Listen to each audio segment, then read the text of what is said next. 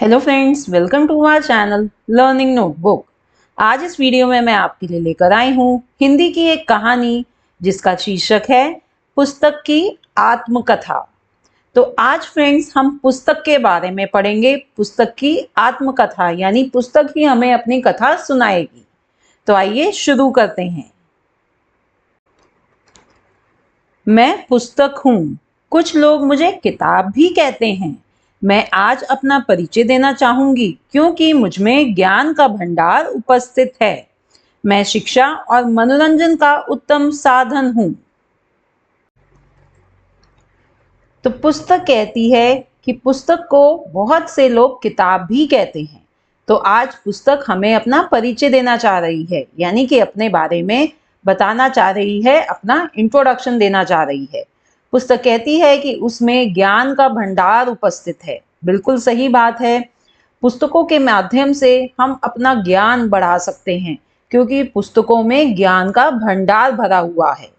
और अगर हमें ज्ञान के साथ साथ मनोरंजन को भी प्राप्त करना है, मनोरंजन भी करना है अपना, तो उससे बढ़िया साधन तो कोई और हो ही नहीं सकता। पुस्तकें ज्ञान और मनोरंजन दोनों का ही उत्तम साधन है। उत्तम यानी बहुत बढ़िया साधन है, बहुत बढ़िया तरीका है। मेरे बिना शिक्षा ग्रहण करना असंभव है। मैं शिक्षक और विद्यार्थी के बीच की कड़ी हूँ। मैं मनुष्य की सबसे अच्छी दोस्त मानी जाती हूँ। कई लोग मुझे माँ सरस्वती का भी दर्जा देते हैं। तो पुस्तक कहती है कि मेरे बिना ज्ञान को प्राप्त करना एक असंभव सा कार्य है। मतलब ये चीज पॉसिबल नहीं है कि हम बिना पुस्तकें पढ़ें हम ज्ञानी बन जाएं, यानी कि हम कहीं से भी ज्ञान प्राप्त कर लें। आजकल चाहे इंटरनेट भी आ गया है फ्रेंड्स, इतना हम इंटरनेट के जरिए भी अपनी नॉलेज बढ़ा सकते हैं, बट कहीं ना कहीं हमें हमेशा पुस्तकों की जरूरत पड़ती ही पड़ती है। अभी आप अपने स्कूल में एग्जाम्पल ले लीजिए, आप पुस्तकों के माध्यम से ही तो स्कूल में पढ़ते हैं, है ना।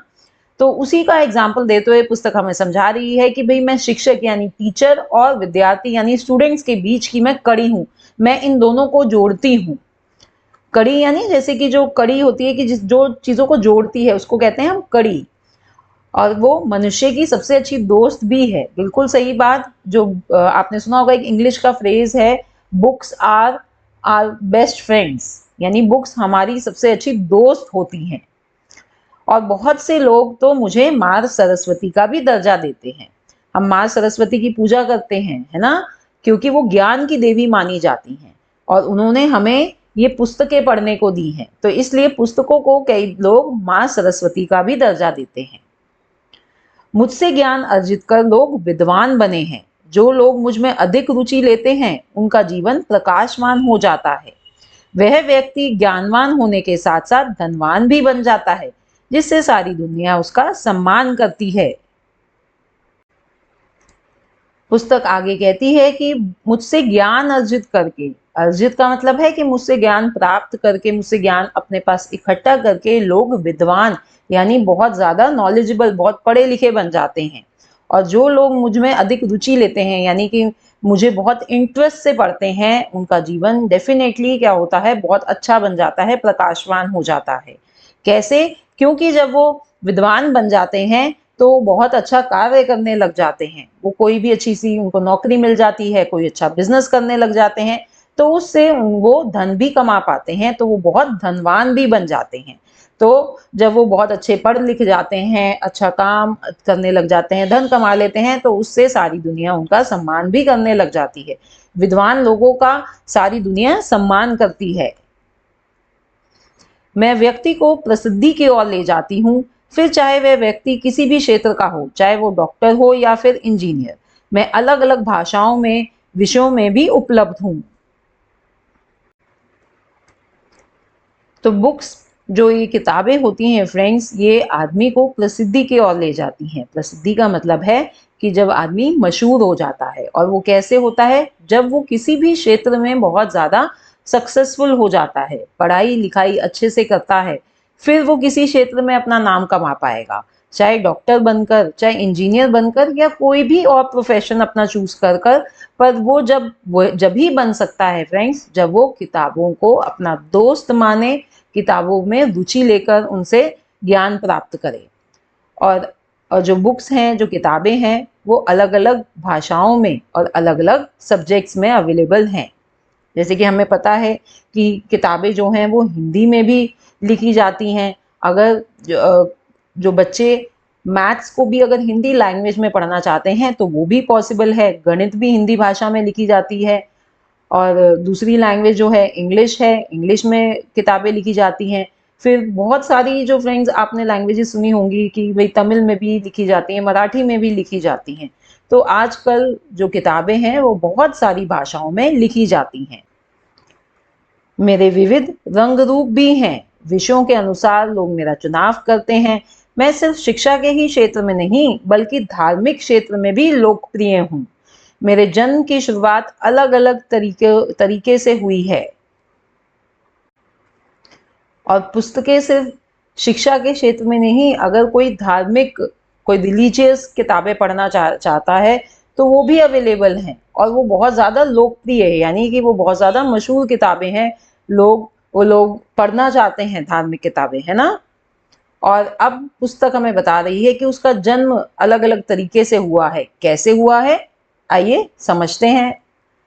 प्राचीन काल में लोग पत्ते, भोजपत्र या कपड़े पर लिखा करते थे, किंतु समय के बदलाव के साथ मुझे नया स्वरूप मिला और कागज का निर्माण हुआ।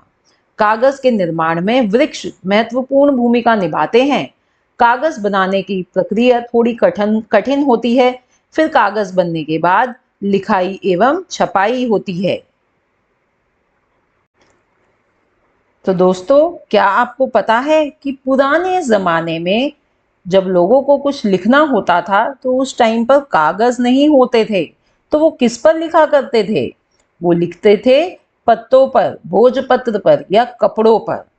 बहुत समय बाद बदलाव हुआ और कागज बना, कागज का निर्माण हुआ। कागज किससे बनता है? जी, कागज बनता है पेड़ों से, वृक्ष से। तो कागज बनाने की जो प्रक्रिया है वो थोड़ी सी कठिन है, जो प्रोसेस है वो थोड़ा सा कॉम्प्लिकेटेड है। तो कागज एक बार तैयार हो गया, उसके बाद कागजों पर प्रिंटिंग, छपाई होती है। तो बुक्स बनने के लिए कागज लिए जाते हैं, कागजों पर छपाई होती है और फिर उन कागजों को सही तरीके से लगाया जाता है। इसके बाद पृष्ठों को क्रमबद्ध तरीकों से आपस में जोड़ा जाता है। मुझे दुकानों एवं घरों में सलीके से रखा जाता है। तो जब कागजों को पेज वाइज लगाया जाता है तो उससे एक बुक बनती है और पुस्तक बनती है, यानी, और पुस्तकों को शॉप्स पर रखा जाता है। वहां से हम सब उनको खरीद कर अपने घरों में लाकर सलीके से, यानी तरीके से रखते हैं। बहुत ही अच्छे ढंग से रखा जाता है किताबों को। जो लोग अच्छे ढंग से रखते हैं और चाव से पढ़ते हैं, उनके जीवन में समृद्धि आती है। और पुस्तकों को जो लोग अच्छे से रखते हैं और चाव यानी इंटरेस्ट से पढ़ते हैं, उनके जीवन में समृद्धि यानी खुशहाली आती है, संपन्न होता है उनका जीवन। मैं शिक्षा के साथ साथ सामाजिक, राजनीतिक आदि स्वरूपों में भी उपलब्ध हूँ। जैसे कि पहले हमें बताया गया था कि भाई शिक्षा यानी एजुकेशनल बुक्स होती हैं, उसके अलावा रिलीजियस बुक्स होती हैं, फिर सोशल, सामाजिक यानी जो सोशल बुक्स हैं, राजनीतिक यानी जो पॉलिटिकल बुक्स हैं। तो ऐसे ऐसे बहुत सारे फील्ड से रिलेटेड जो पुस्तकें हैं वो आज की दुनिया में उपलब्ध हैं।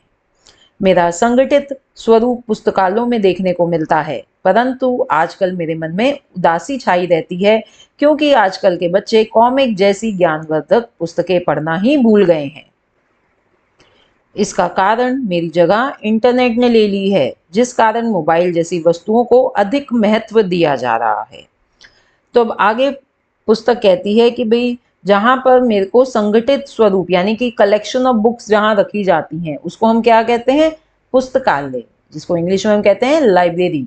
हमारे स्कूल्स में भी लाइब्रेरी आपको दिखती है, जहाँ पर आप जाके अपनी मनपसंद बुक उठाकर रीड कर सकते हैं, उनको पढ़ सकते हैं। पर पुस्तकें आजकल उदास हैं, उनके मन में उदासी छाई हुई है, क्योंकि बच्चे जो हैं वो ज्ञानवर्धक पुस्तकें यानी कि ऐसी पुस्तकें जिनसे उनका ज्ञान बढ़ता हो, उनमें वो अब रुचि नहीं रखते हैं, वो उनको ज़्यादा नहीं पढ़ते हैं। जैसे कि कॉमिक्स हैं, तो फ्रेंड्स कॉमिक्स भी ऐसी बहुत सारी कॉमिक्स आती हैं एजुकेशनल, जिनसे ज्ञान बढ़ सकता है। तो बच्चे आजकल वैसी कॉमिक्स नहीं पढ़ना चाहते। इसका कारण क्या है कि वो इंटरनेट पर चले जाते हैं, इंटरनेट से अपनी नॉलेज जो बढ़ाना चाहते हैं बढ़ा लेते हैं, या मोबाइल में लग जाते हैं, मोबाइल में वीडियो गेम खेलने लग जाते हैं। तो आजकल बच्चे पुस्तकें पढ़ना भूल गए हैं और इस कारण जो पुस्तक है वो बहुत उदास है। वो कह रही है कि मेरे मन में उदासी छाई रहती है क्योंकि बच्चे मुझे नहीं पढ़ते, अब वो पुस्तकें पढ़ना भूल गए हैं और वो इंटरनेट पर लगे रहते हैं, मोबाइल पर लगे रहते हैं। तो ये थी हमारी कहानी पुस्तक की आत्मकथा, जिसे पढ़कर मुझे यकीन है कि आपको समझ में आया होगा कि पुस्तकें हमारे जीवन में कितनी महत्वपूर्ण भूमिका निभाती हैं। तो अगर आपको ये कहानी, ये वीडियो अच्छी लगी हो तो इसे लाइक करना ना भूलें। Thanks for watching, see you in the next video, bye bye.